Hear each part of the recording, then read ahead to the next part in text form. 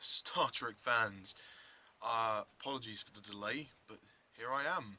I have now finally seen Star Trek 2, and I am here to bring you my review of Star Trek 2, The Wrath of Khan! Sorry, I couldn't resist. So, the basic plot of Star Trek 2, The Wrath of Khan is that, Captain Kirk has been promoted to Admiral, and this time an old nemesis of his returns named Khan.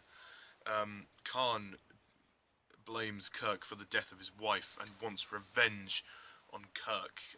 He wants to acquire this device known as the Genesis, which kind of generates life. But furthermore, he wants to completely destroy everything that Kirk stands for, and that's pretty much the plot. And also, they develop the relationship between Spock and Kirk in this film.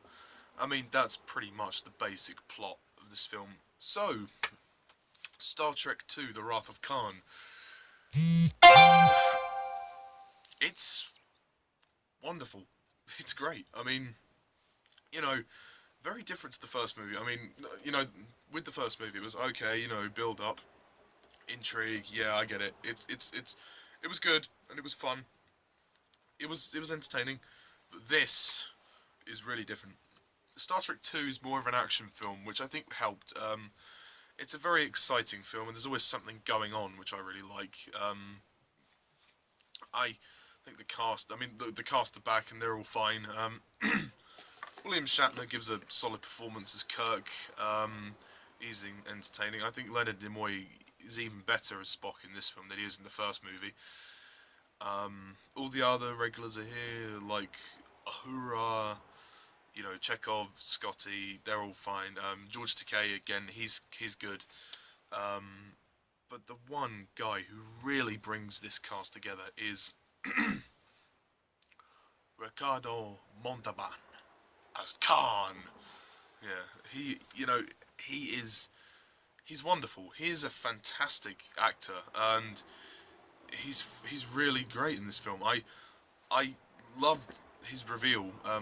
He's just so sinister. I mean, when he puts those little worm things inside Chekhov and the other guy's ears, it's really disgusting. It's a really creepy scene.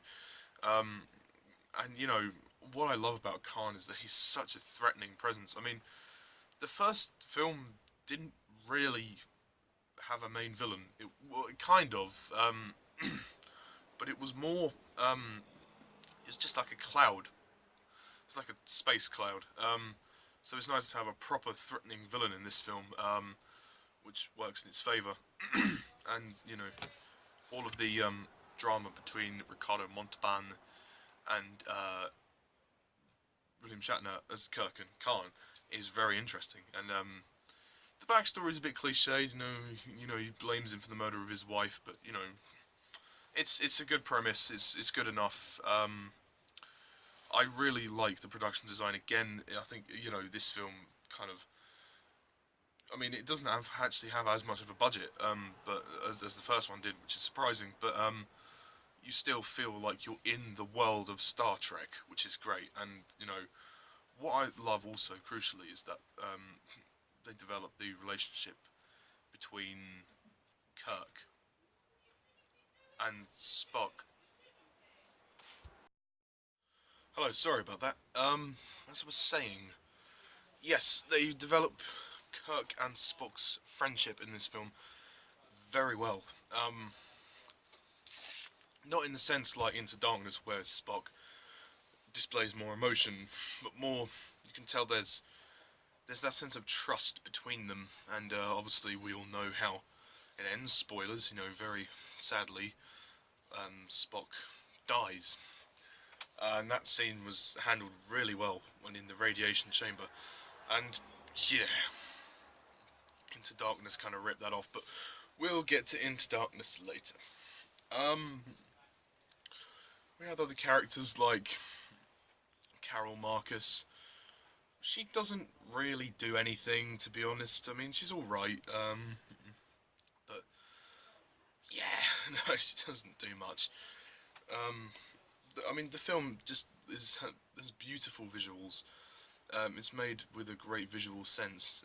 There's a nice visual magic to it, which is also reflected in the score. I think the score is quite magical, but also quite, you know, adventurous. It's a very adventurous score. It's kind of it captures a lot of the tension of the story, and the drama, the power of the drama. The score is very good. It's just missing that theme from the first movie.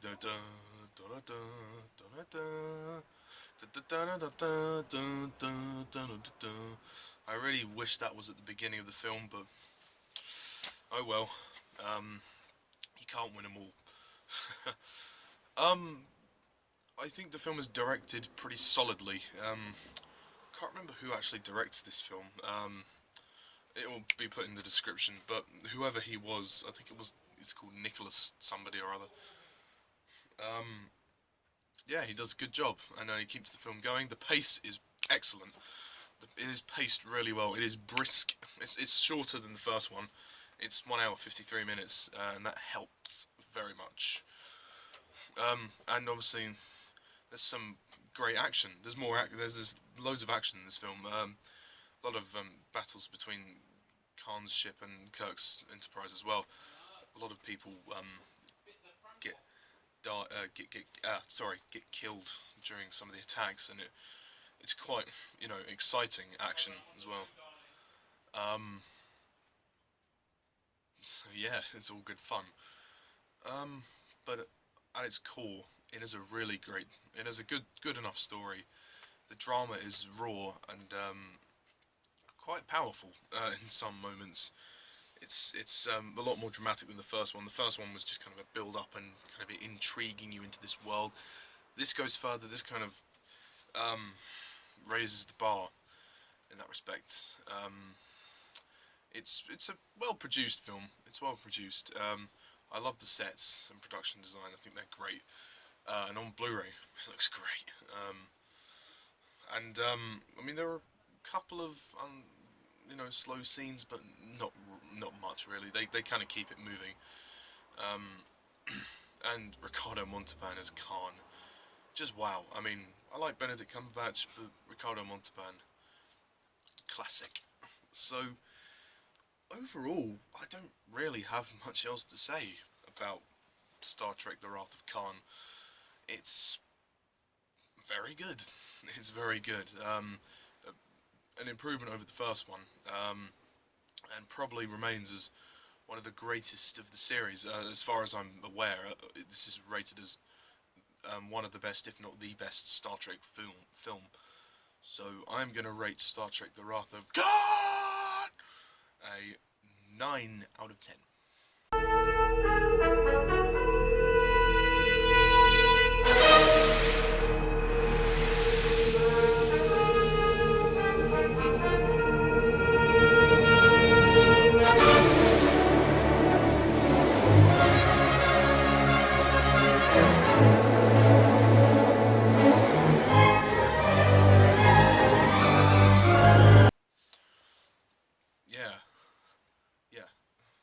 Very good.